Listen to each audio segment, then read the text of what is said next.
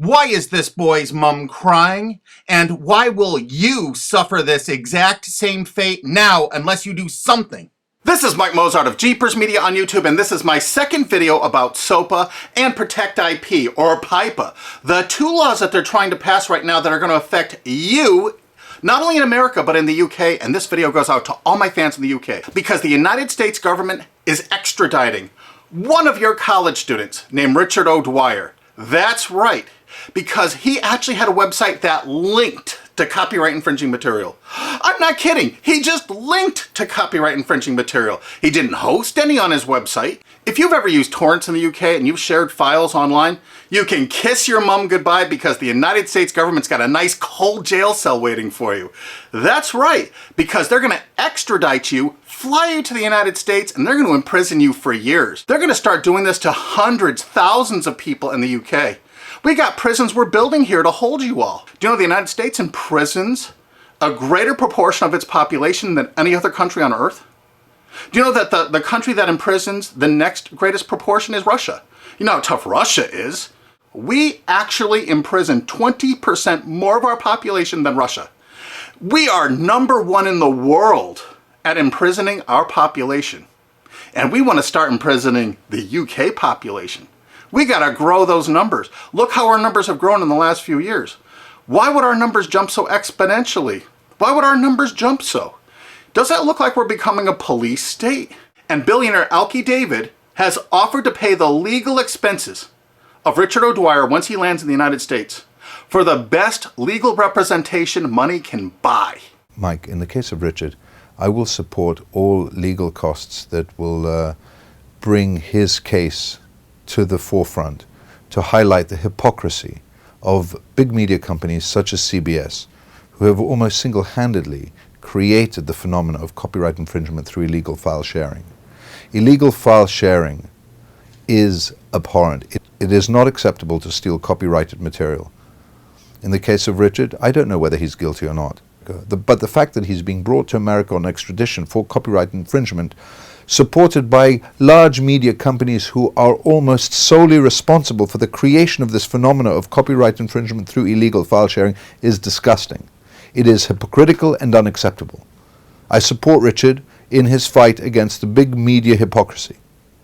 Thanks. We're going to make certain that his expenses are paid for the finest legal representation the United States can offer on principle. And what is that principle? This case is going to bring out the fact that the copyright infringement online was caused by the CNET division of CBS. It was caused by NBC. It was caused by ABC distributing the software through ESPN and Go.com. And it was caused only by the big media companies themselves. All right, that's the only place you could get that software. Why did they all distribute that software? Why were they virtually the exclusive distributors of that software? And why did they promote it for copyright infringement? Okay, CBS Television fostered it, encouraged it, and distributed all that file sharing software through a site they own called CNET. CNET has an office in the UK. That's right, one of the largest overseas offices is in the UK. Well, they committed a lot of online piracy. Take a look at these examples here. What? CNET and CBS substantially promoted Pirate Bay? And look at this. Last.fm, a UK company owned by CBS Television in the United States. Why did they make a deal with Pirate Bay to distribute their widgets? CBS was very enthusiastic with their deal about Pirate Bay. And CBS made this deal with Pirate Bay immediately after purchasing Last.fm. Immediately, they didn't even wait. Pirate Bay isn't even legal in the United States, and they threw their full support behind it. This is one of the widgets. They're endorsing Pirate Bay. And oddly enough, CNET division of CBS actually considered Last.fm to be spyware. Were they using these widgets to actually spy on Pirate Bay to take them down? It seems possible, since it was widely reported about that time period that CBS was turning over user data to the RIAA from Last.fm. Or maybe it was just because CBS was actually distributing and promoting one of their new shows called Pirate Master in 2008. This is reported by Torrent Freak. And they actually had links right to torrents to download the show. And this is on CBS's own website. Of course, this is one of CNET CBS's proud offerings, the Pirate Bay Search Download. This allowed you to actually cruise all the popular sites without actually going there, so you could download tons of pirated media illegally. They even say that in this download. Of course, it's downloaded right from CNET's own servers. Even though CNET was offering this in 2010, they've taken it down because we squealed. But look how it came up in Google searches.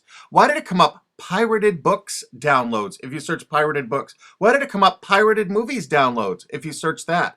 Their search engine optimization featured the words pirated and pirating.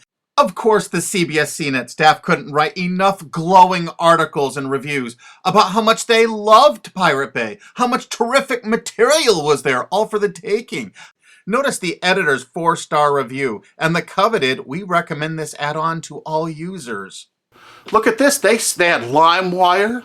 Of course, Sumner Redstone had every reason to distribute as much LimeWire as possible, seeing he was profiting from the distribution of LimeWire by selling Viacom's Comedy Central material through LimeWire. Kazaa? 326 million downloads. Morpheus? Over 125 million downloads with the help of all their co-branded partners, Microsoft, AOL Time Warner, BitTorrent? It goes on and on and on. CNET CBS wanted you to download pirated media so badly, they offered downloads specifically to cover your digital tracks, reviewed by their editors, and distributed through all their co-branded partners. Look at the freaking date this was added to CBS CNET. And ZapShares was perfect to use if you were using LimeWire to download Lady Gaga songs, like the editors showed you in this screen capture. And do you know who heads up that company? Sumner Redstone, one of America's richest men. And you know what you're going to do? If it's okay for the United States government to extradite that poor kid to the United States to stand trial here for something that wasn't illegal there, Sumner Redstone distributed file sharing software to your country. He distributed it with charts and graphs, including known copyrighted artists that are still on their site CNET to this day. And they distributed over 50 million downloads of LimeWire just since Sumner Redstone bought CNET. So what you're going to do is, you're going to demand that your government in the UK extradite Sumner Redstone to the UK to stand trial for copyright infringement. That's right. You are going to demand it. You are going to write every single person in the UK. Because why should an American multi-billionaire be above the law? Hey, they can extradite one of your mates, some chap from England, over to the United States to sit in a prison for 5 or 10 years. Let's go after who really caused the copyright infringement. Let's go after the big media companies that actually distributed this software. I bet you didn't know who invested tens of millions of dollars in BitTorrent. SL partners, Paul G. Allen, Bill Gates, Microsoft. How come they're not in prison? They should be. Why, Sumner Redstone's company Viacom, in their sworn statement of undisputed facts from Viacom versus YouTube, stated as fact notorious pirate sites like Napster, Kazaa, and BitTorrent. Hey, I thought it was a piracy site. How come in 2008 all of these big media companies in the United States had content distribution deals with BitTorrent? You had a sworn statement in court they were a piracy site, Sumner Redstone. Why is your Paramount Pictures and MTV networks there?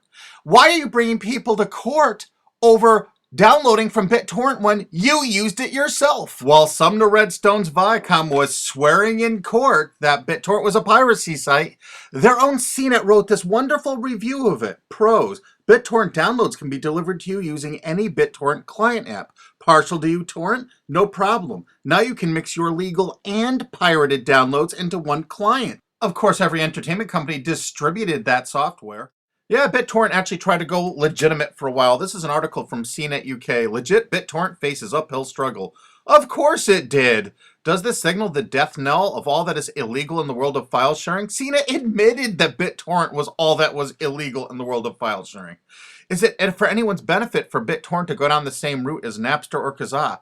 Well, CNET's been distributing this software before this article for 7 years.